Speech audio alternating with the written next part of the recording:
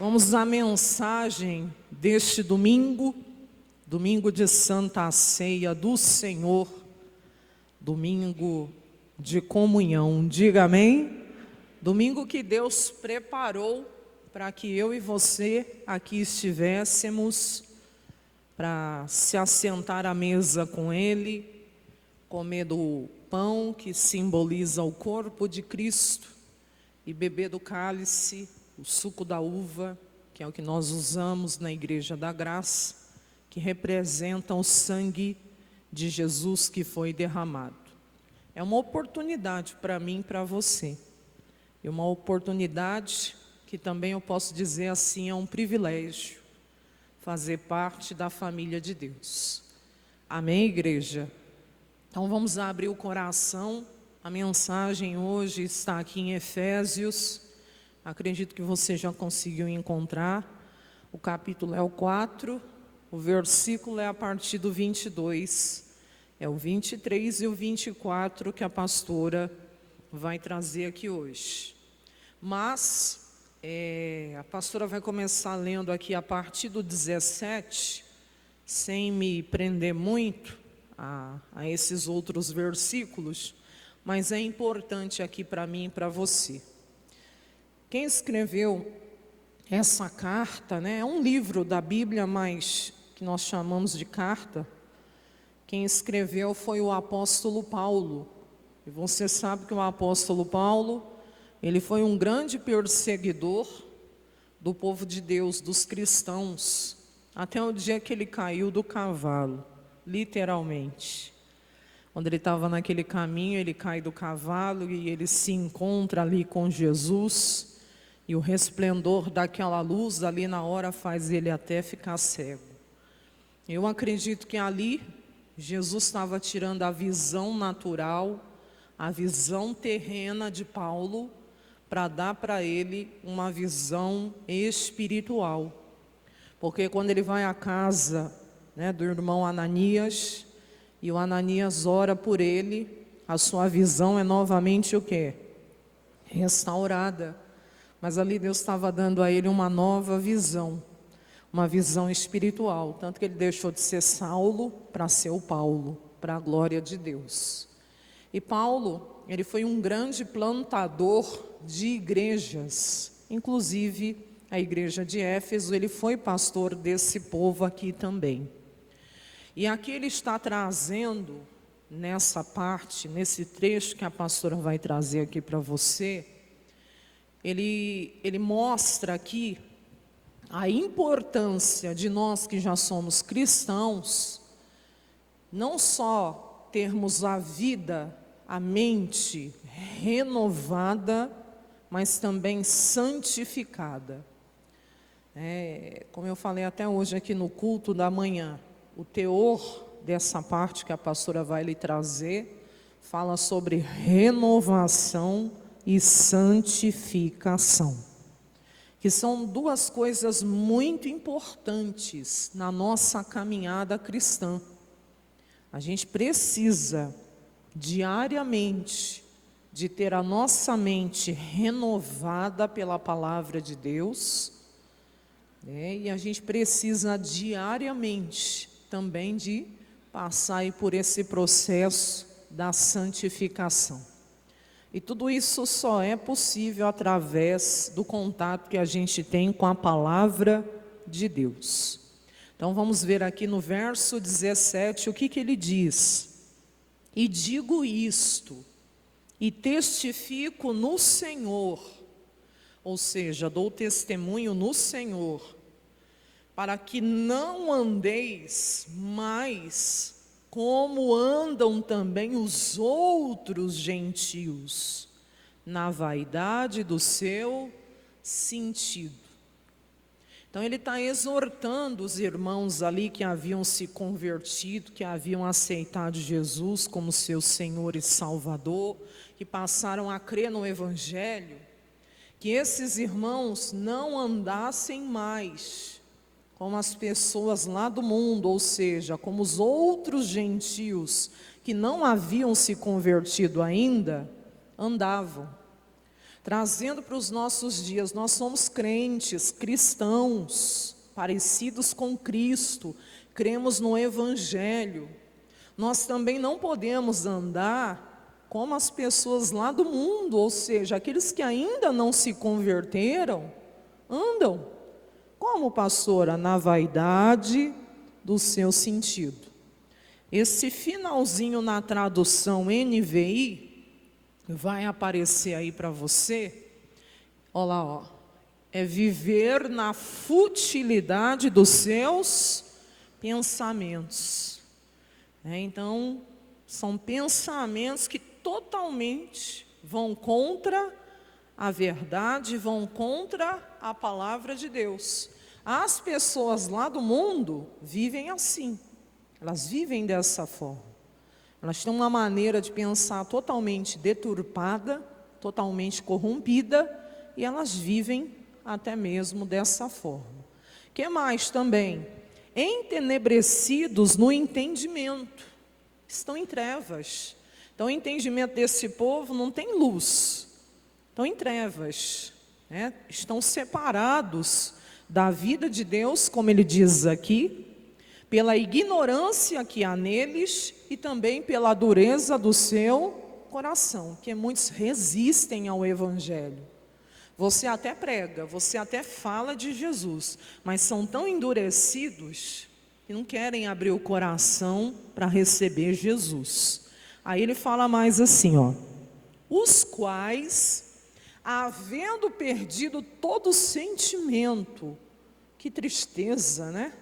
Hoje você vê o ser humano às vezes praticando coisas que você fala, meu Deus, até um animal, no seu instinto, misericórdia. Você não vê às vezes nem na natureza, no meio dos animais, umas determinadas práticas que você fala assim, meu Deus, o que está acontecendo com o ser humano para chegar a um ponto desse? Mas é o que ele está dizendo aqui, perderam totalmente o sentimento, e ainda diz aqui, se entregam à dissolução, para com avidez cometerem toda o quê? Impureza. Mas o que ele está dizendo? Mas vocês não aprenderam assim a Cristo. Quer dizer, essa não é a forma que vocês foram ensinados. Então vocês têm que permanecer naquilo que vocês foram ensinados, na palavra de Deus.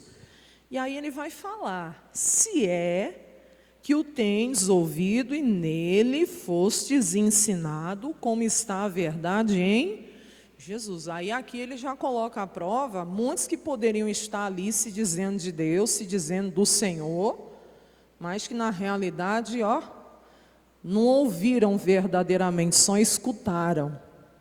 E não se deixaram ensinar. Então, isso aí acontece até hoje. A gente sabe, nem todo mundo que às vezes está dentro de igreja quer levar as coisas de Deus a sério. Mas fique com o versículo 20. Você não aprendeu dessa forma a Cristo, ou seja, com Jesus Cristo. Permaneça no ensino de Cristo. Começamos no 22, vamos lá? É a mensagem. Quanto ao trato passado, vos despojeis do velho homem, que se corrompe pelas concupiscências ou pelos desejos desenfreados do engano. O que ele está dizendo aqui? Irmãos, quanto à vossa maneira antiga de viver, é assim que está na tradução NVI, vocês precisam, olha lá, vocês foram ensinados a despir-se do velho homem, que se corrompe por desejos o quê? Enganosos. Guarda isso. A salvação, ao mesmo tempo que ela é um fato na nossa vida, ela é um processo. Eu não consegui entender, pastora. A salvação, ao mesmo tempo que ela é um fato, ela ocorreu na nossa vida. Se eu passei a crer em Jesus, eu estou salva, mas também ela é um processo na minha caminhada aqui com Cristo. Eu já falei várias vezes aqui, e vou falar mais uma vez. Nós, os seres humanos, somos divididos em 3 partes. O homem no seu estado original, ele é espírito, ele é alma, mente, intelecto, corpo. O dia que Adão, lá no jardim do Éden, que gozava, que desfrutava de plena comunhão com o Senhor, com Deus, Deus passava toda a viração do dia para conversar com Adão. Olha que comunhão gostosa, que coisa mais linda. E você sabe que Deus é espírito. Então, como Deus se relacionava ali com Adão? No espírito. Porque ele também, nós, os seres humanos, somos espírito. E ali, que comunhão linda. Mas o dia que o Adão, ele peca, que o mandamento foi dado a ele para ser guardado, e não só ele peca, a Eva também, ela que lhe ofereceu o fruto e ele aceitou. Naquele dia, foi a comparação que a pastora fez hoje aqui. Ali não está aparecendo nada agora, mas o irmão pode colocar a palavra de Deus ali acesa naquela televisão agora ali novamente. Está ali, está aceso. Porque a televisão está ligada na tomada, ela está recebendo energia. Mas se eu for agora ali e puxar da tomada o fio, o que vai acontecer com aquela televisão? Ela vai apagar. Foi exatamente isso que aconteceu no espírito humano. No dia que Adão e a Eva ali no Éden, eles pecam, o que aconteceu? O espírito do homem que estava aceso, que estava ali ligado com Deus, ele apagou, pifou. Ô pastora, apagou. Entrou as trevas. Mais do que isso, entrou a morte espiritual. E naquele dia, o espírito que tinha plena comunhão com Deus, foi separado de Deus. Por isso que em Romanos capítulo 5, no verso 12, fala que pelo pecado de um homem só, que foi o de Adão, a morte, a separação espiritual, ela entrou nesse mundo. E aí ele diz, por isso a Bíblia diz que assim também, coloca na íntegra aí para mim, por favor. Coloca na íntegra para a pastora aí. Isso. Pelo que como por um homem entrou o pecado no mundo, quer dizer, por Adão. E por esse pecado entrou o que também? A morte, que foi a separação. Quando o espírito do homem ali apaga, pifa, morre espiritualmente. E aí continua, assim também essa morte passou a todos os homens, sem exceção. Por isso que todos pecaram. O que isso significa? Nem eu e nem você pedimos para nascermos separados de Deus. Mas por causa do pecado de Adão, nascemos separados de Deus. O nosso espírito já nasceu separado do Senhor. Ô pastora, mas como que resolve isso? Isso já foi resolvido para a glória de Deus. Antes da fundação do mundo, Deus já tinha o seu plano perfeito de salvação. Isso é mensagem para um outro dia. O que aconteceu? O segundo Adão, que é Jesus Cristo. Você está aí em Efésios 4, volta uma folhinha no capítulo 2, no versículo 5. Quem achou, diga glória a Deus. Vamos lá então. Estando eu e você, estando a humanidade ainda mortos em nossas ofensas, em nossos pecados, o Pai, Deus Pai, o Criador, nos vivificou juntamente com Cristo. Pela graça sois salvos.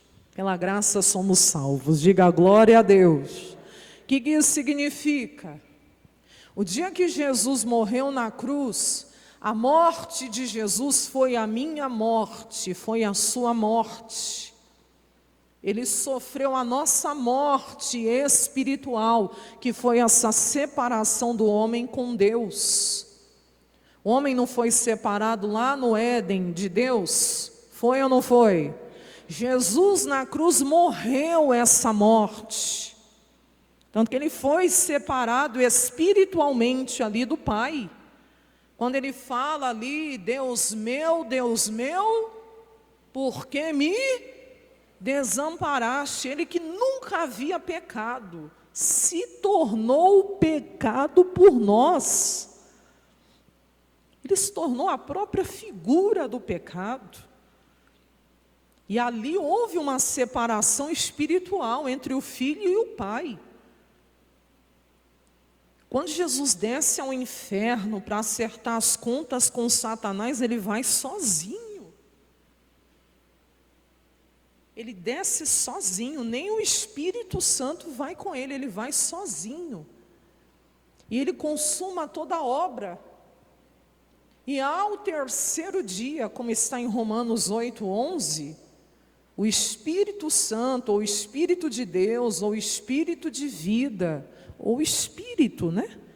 Com E maiúsculo aí, que é o Espírito de Deus, ele ressuscitou Jesus Cristo dentre os mortos. É esse mesmo Espírito que habita em mim, que habita em você. Naquele dia, naquela obra, quando Jesus ressuscitou dentre os mortos, ali também foi a minha ressurreição, foi a sua ressurreição. A obra está consumada. Só que ela só passou a valer na minha vida, na sua vida, o dia que você confessou a Jesus Cristo como teu Senhor e Salvador. O dia que você creu no Evangelho.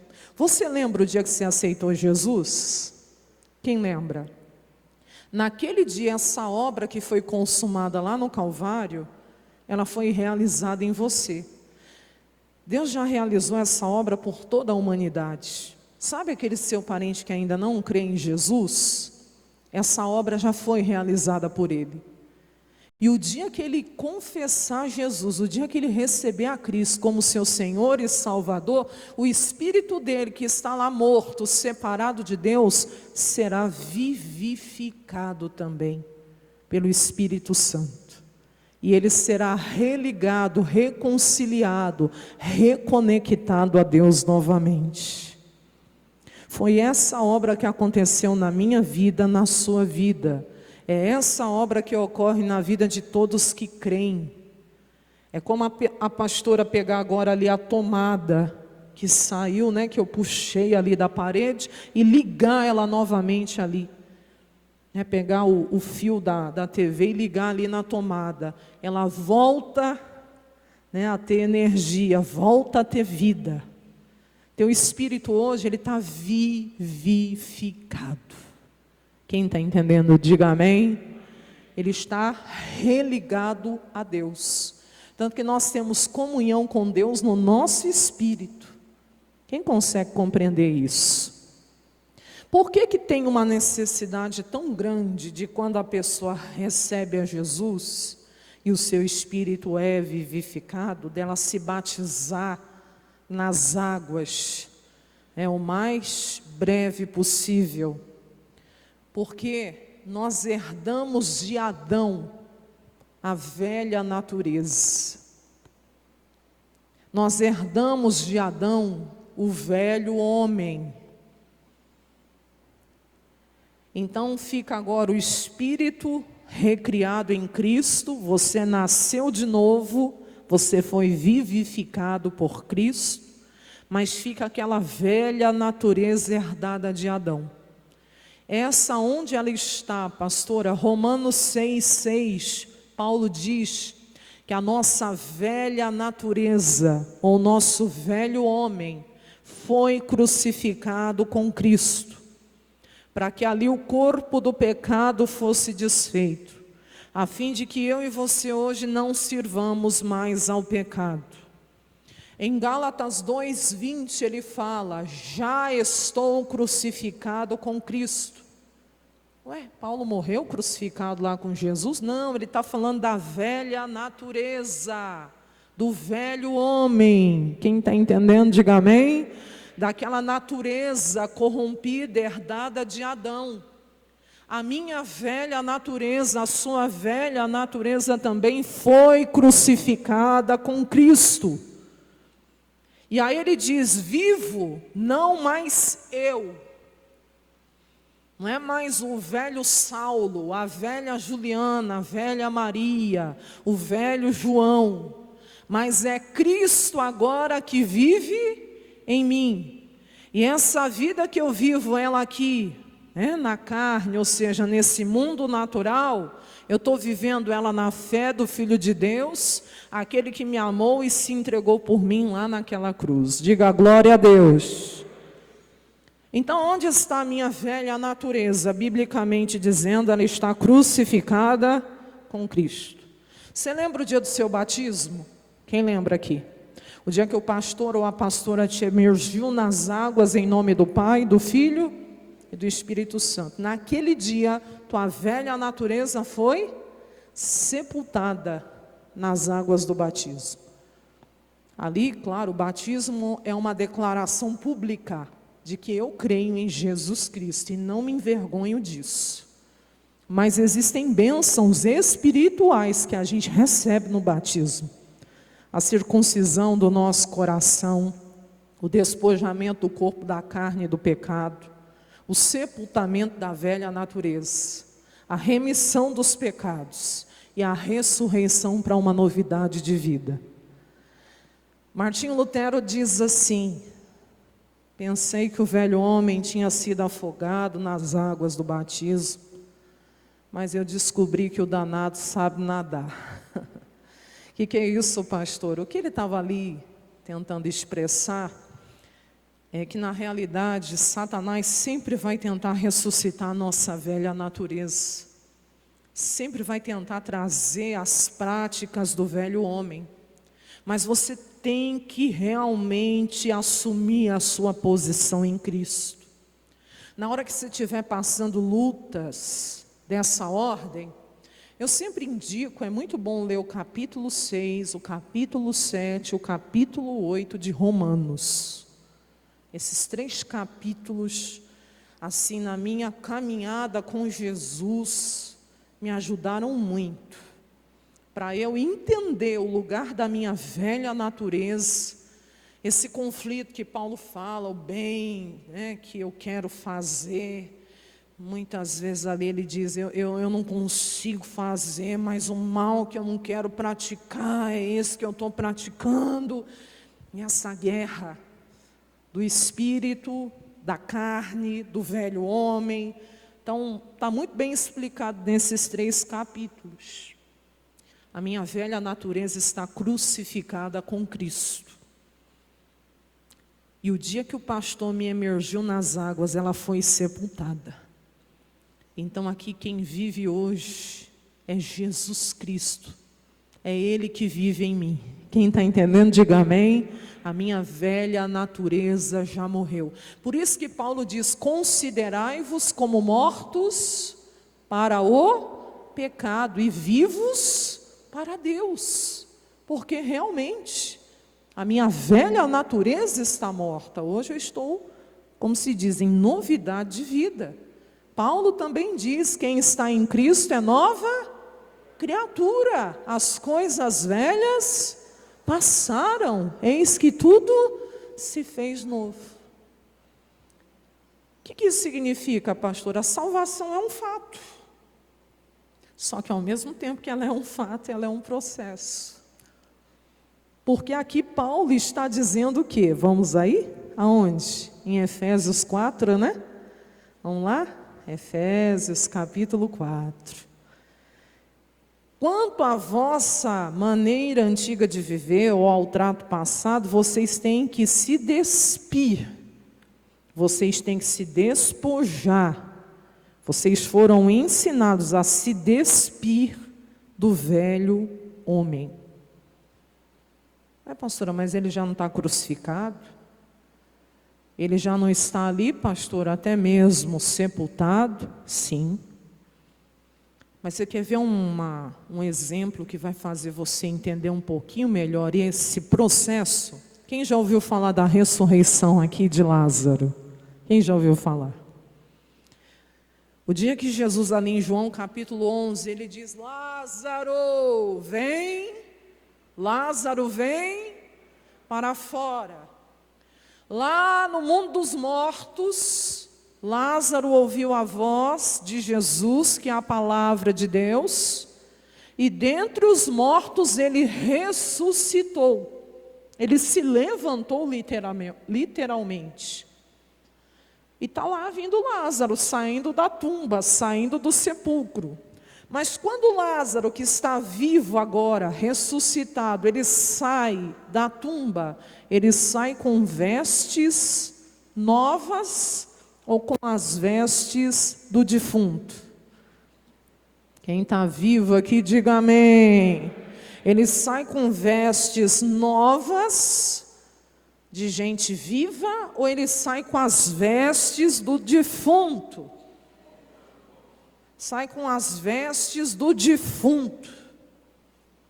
Ele estava vivo, mas as vestes ainda eram do defunto. Ele teve que se trocar depois. Vestes do defunto, sim, tanto que Jesus fala assim para ele, ó, e o defunto saiu, tendo as mãos e os pés ligados com faixas e o seu rosto envolto o quê? Eram os trapos velhos ainda do defunto. Tanto que Jesus diz: desligai-o, tira as ataduras dele, tira as faixas dele e deixai-o ir. Você vê que a salvação, ao mesmo tempo que ela é um fato, eu ressuscitei com Cristo, agora eu tenho a necessidade de ir me despindo da velha natureza. Mas ela não foi crucificada? Foi. Ela não está sepultada? Está. Mas o velho homem, como Paulo está dizendo, você precisa ir tirando tudo que faz parte da velha natureza. E aí é onde entra a nossa mente. Porque no processo do novo nascimento, ela não nasce de novo. A nossa mente, a nossa alma, às vezes na Bíblia você vai ler alma, se refere a espírito, e às vezes você vai ler na Bíblia alma e se refere à sua mente. Lá em Provérbios diz que a alma do homem é a lâmpada do Senhor. Mas se você pegar em outras traduções, vai dizer que o espírito do homem é a lâmpada do Senhor. Então ali a alma é uma referência ao espírito e não à mente. Mas em outras partes bíblicas, aí é a tradução corrigida que a gente sempre usa. Mas colocar já na atualizada, você vai ver, ou na NVI, você já vai ver que muda a alma para o espírito. Então às vezes na Bíblia você vai ler alma e está se referindo ao espírito que foi vivificado por Cristo. E às vezes você vai ler alma na Bíblia e está se referindo à mente que não foi vivificada, mas que tem a necessidade de ser renovada. Como que eu vou saber isso, pastor? Você tem que ler o contexto. Você tem que ler várias traduções, ver a tradução do original que foi escrito, para ir aprendendo. Quem está entendendo, diga amém. Amém?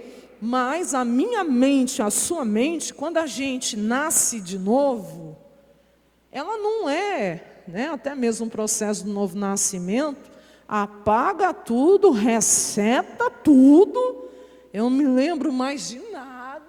Não é assim. E a gente traz toda uma história, toda uma carga,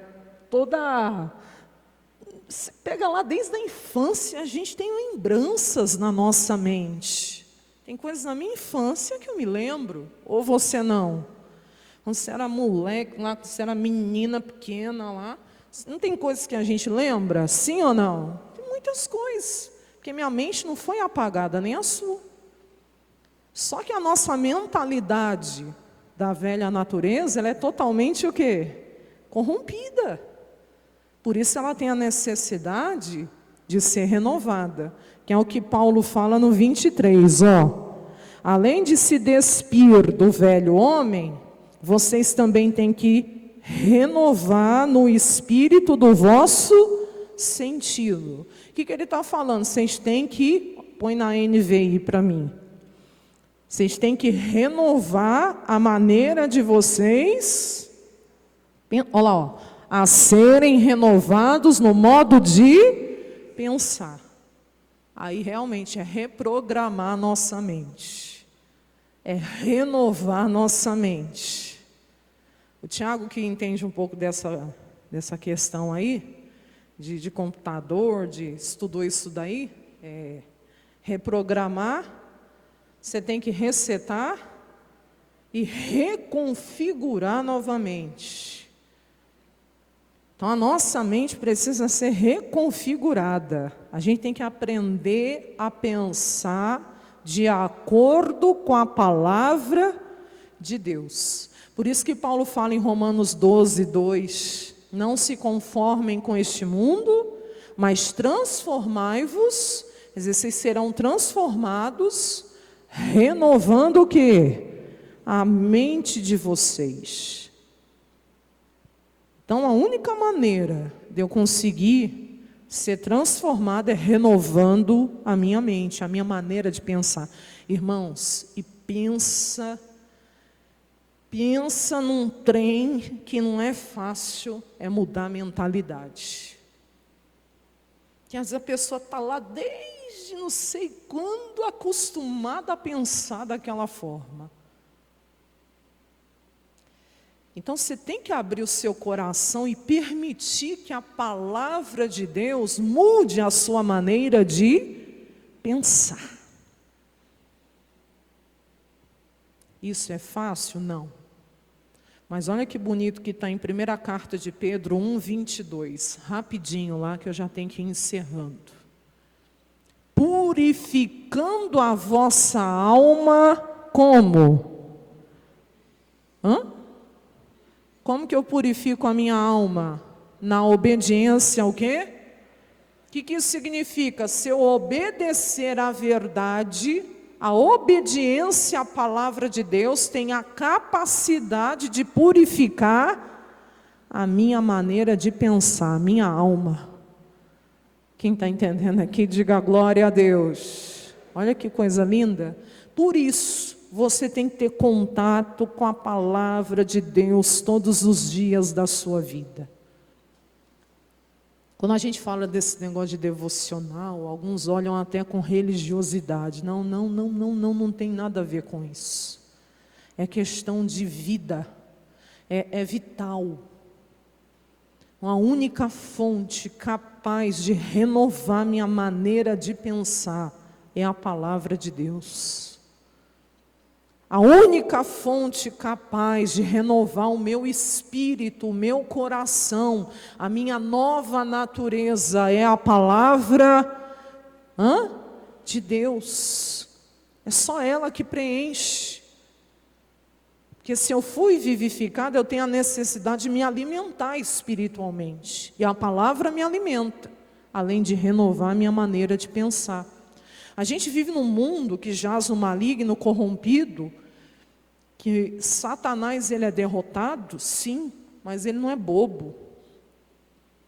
E é através das mídias, da televisão, de pessoas que ainda não são convertidas, a gente é bombardeado de tudo que é lado, com ideologias, com pensamentos, com coisas desse mundo para tentar fazer eu e você não realmente acreditar naquilo que a palavra de Deus nos diz.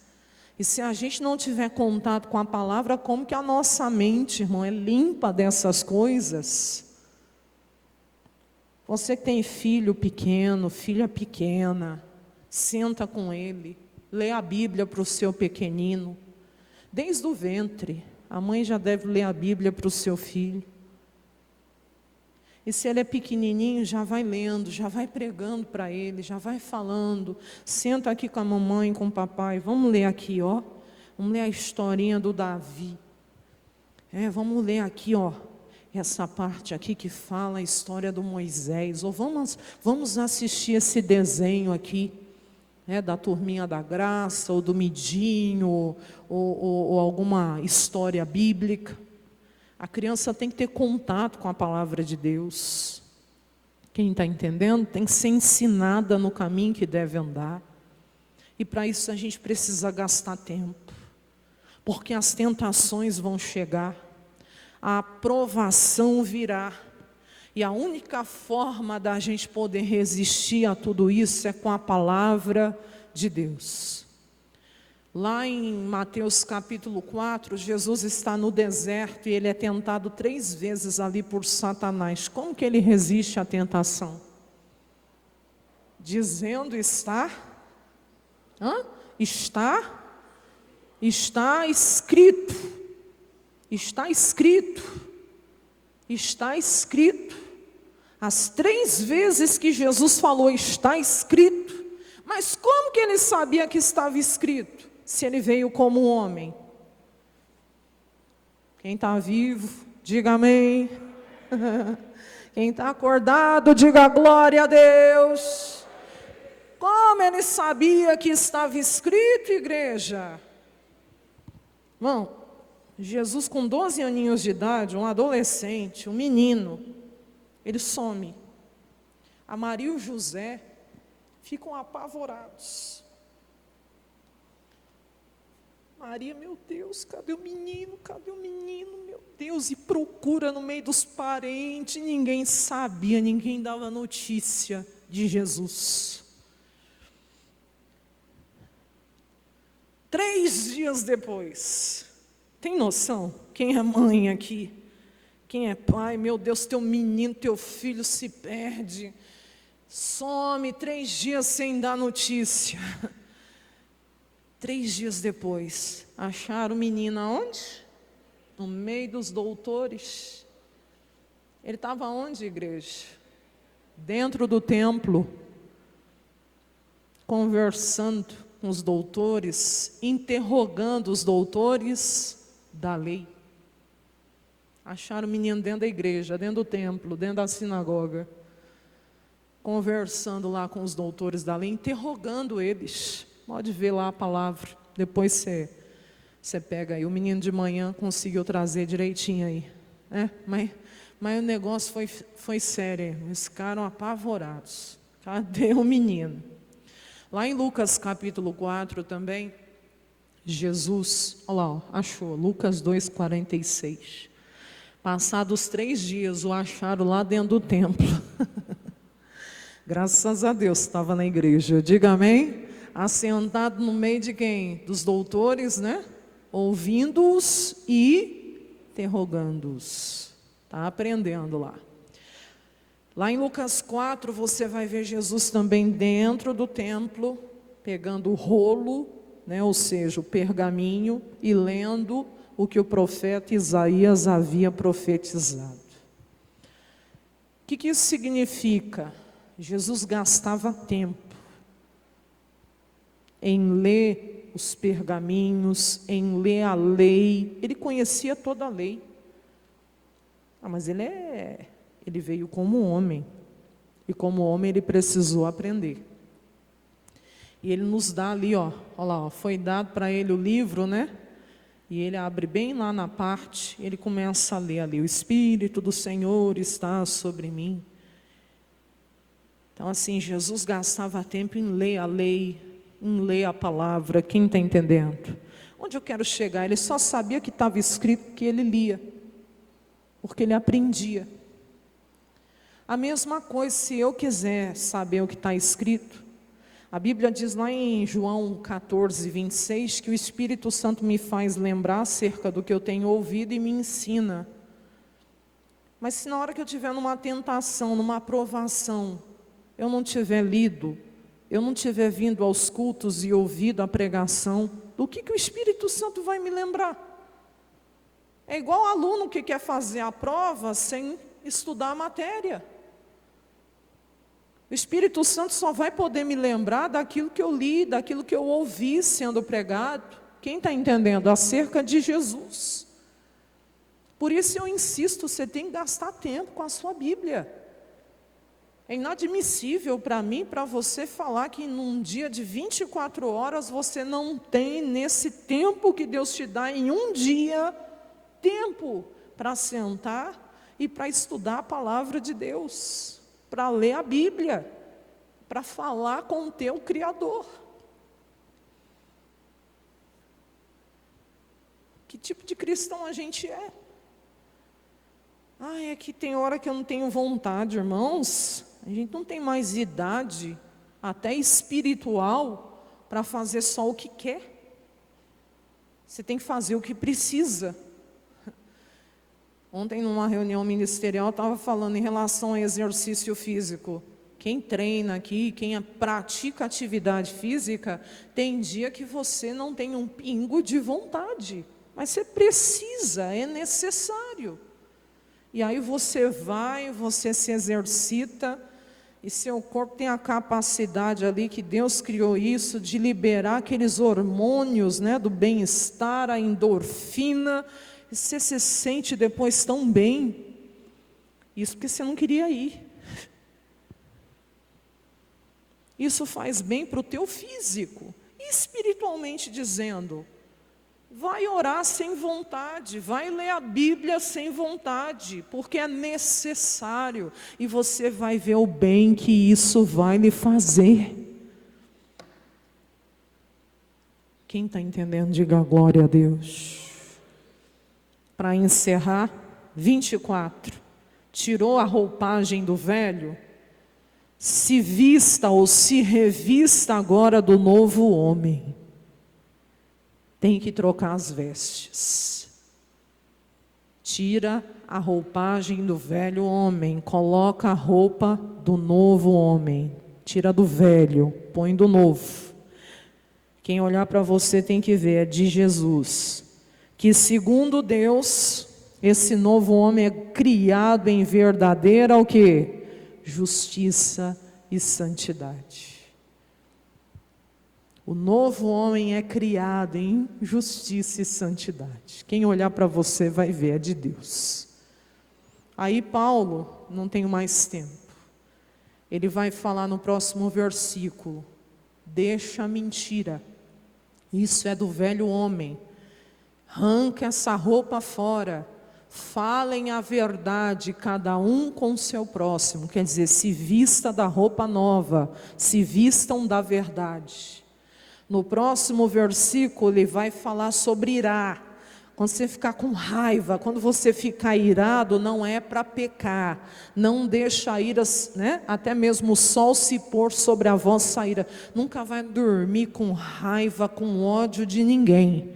Seja uma pessoa fácil para perdoar. Diga glória a Deus. É a ira, né, esse ódio é do velho homem, se vista do perdão, diga amém? Que mais ele fala? Quem antes era desonesto, quem antes furtava, agora não furta mais não, tem que se despir dessa roupa aí da desonestidade, tem que se vestir do quê? Vai trabalhar. Que isso, pastor? Olha lá, ó. Trabalha fazendo com as suas mãos aquilo que é bom, para que você tenha até para ajudar aqueles que estão em necessidade. Depois ele vai falar do quê? Cuidado, boquinha, o que fala. Está escrito isso não, pastora? No 29, lê aí com a pastora. Não saia da vossa boca nenhuma palavra torpe. Um crente falando palavrão. Crente falando palavra feia. Isso é do velho homem. Você tem que tirar, arranque essa roupa do velho homem, se vista do novo, fale aquilo que só vai promover edificação para quem ouvir. E ele vai terminando aí no 30, dizendo, não entristeçam o Espírito Santo. Cuidado com as suas atitudes para não entristecer o Espírito Santo que habita dentro de você. E aí ele fala: toda amargura, toda ira, toda cólera, gritaria, blasfêmia, malícia, seja tirada de entre vós. Isso é da velha natureza. Vocês são novos, né? Ou seja, nova criatura, novo homem. Antes, sede uns para com os outros benignos, misericordiosos, perdoando-vos uns aos outros, como também Deus vos perdoou em Cristo. Ou seja, tira a velha, coloca a roupa nova. Quem entendeu, diga amém.